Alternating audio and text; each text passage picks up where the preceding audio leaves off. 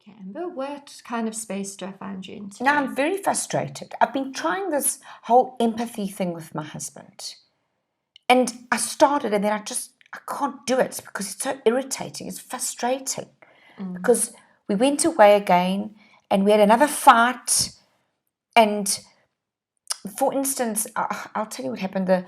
Our oldest child, she got lost on the way home. I mean, it's a resort. She didn't get lost, but she did get lost, and he went off, my husband, to try and find her.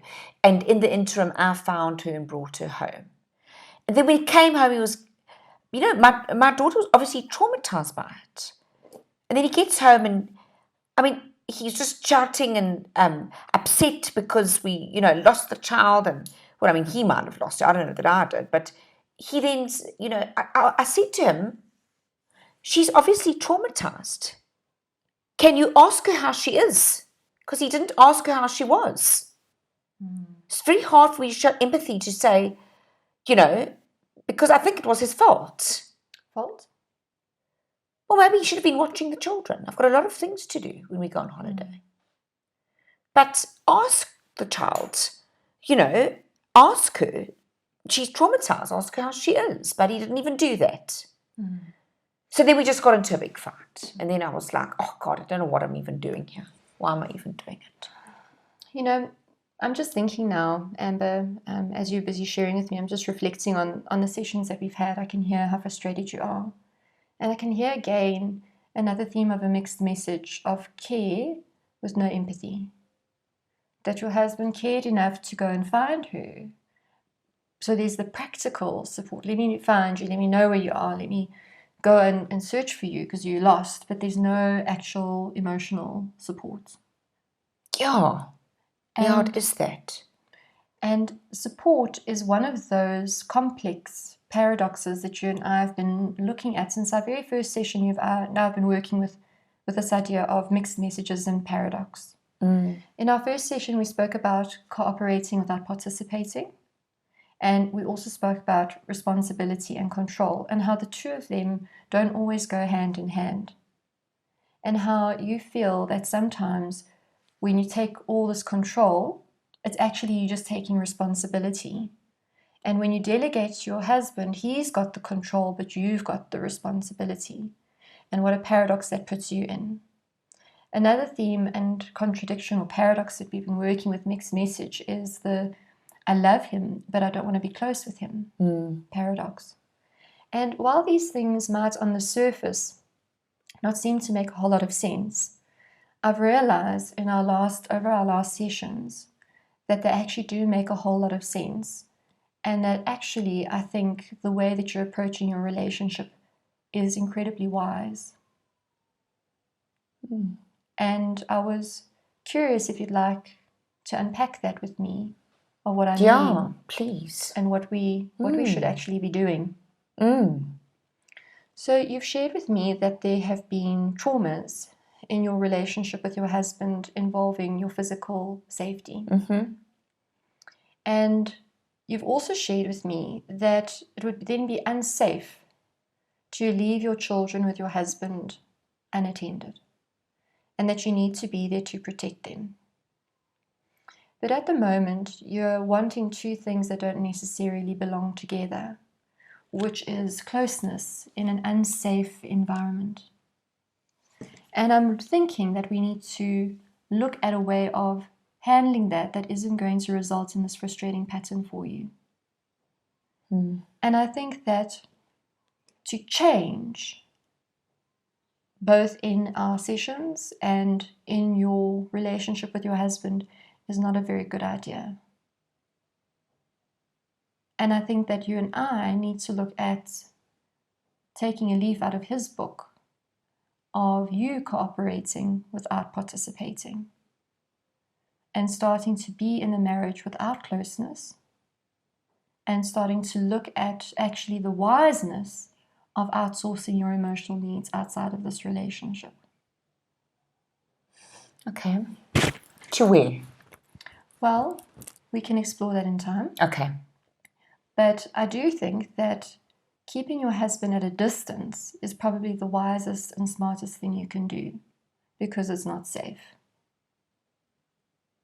And trying to force yourself to be close in an unsafe situation is making change less and less likely. But I mean, should one not be close to their husband in a marriage, physically? I mean, I can't have sex with him. And I should be able to have sex with him, shouldn't I? But I don't want to. I can't let him touch me. You know, from when he would, well, essentially rape me because when he was drunk and I didn't want to. He didn't fight me, but I didn't want to, and then he would.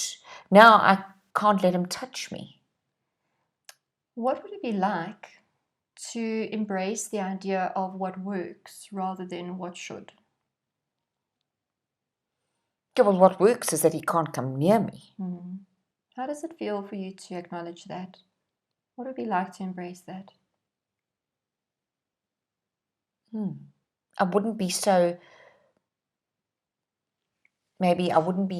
aggressive towards him, and because we've got our anniversary coming up and he's booked a trip away, and my first thing to him was, you know, we're not going to have sex. So if that's what you want to do, then cancel it. I think that's smart. Well, he said that's not why I booked it. But so we can go as long as we don't have sex. Yes, it seems like that's quite a smart way of taking control of the situation preemptively. Now, of course, the outsourcing of your emotional needs leaves you with some conflicting feelings and some guilt that we've spoken about before and some emptiness. So that would be the price that you'd end up paying for being in this kind of marriage where you are actually not able to be close because it's not safe. But I think that right now that's actually probably the smartest thing to do.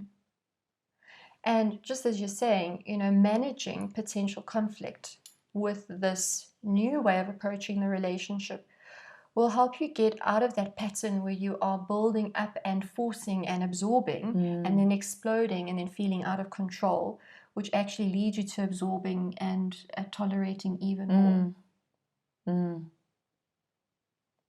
So I suppose then it's also clear for my husband. Yeah, so the smartest thing to do, you know, right now you're on the right track in terms of resisting change. You're on the right track. It's the smartest thing to do. But taking better control of that by planning when and how you're going to resist this change in closeness between the two of you will stop you feeling so out of control and so anxious, and then riding that guilt resentment seesaw that we spoke about, where you explode at him, you feel guilty, this poor man, he tries so hard, and then you absorb again, and you even let him touch your leg in the bed, and then you feel disgusted, and then you explode again and pick a fight. But actually it's all part of you keeping yourself quite safe, isn't it? Yeah. Yes, I can't help myself. Yeah, and in order to build that closeness with him again, you'll first have to trust him before you can build the closeness. And that's just actually not negotiable. But I don't know that I can trust him. Well, you can't. The history shows that you can't. Yeah. So, you know, we've been trying to put the cart before the horse here with, you know, trying to develop empathy for him. All of that is part of closeness. But actually, we've been at cross purposes, and we really need to just accept that sometimes the best change comes from not changing at all. Okay. Well, it certainly takes that pressure off. You feel more spacious. Yeah, I do. I do. Yeah. It feels easier because that's the way I want to do it. I respect that. I think it's smart. Okay, well, let's give that a try. Okay. For the upcoming week, let's figure out how that looks, how you can become more systematic in fighting with him in smaller doses to keep him meaningfully at a distance, getting off that guilt resentment seesaw, and let's take it from there. Okay. Okay. Thank you. See you next week. Thank you. Okay.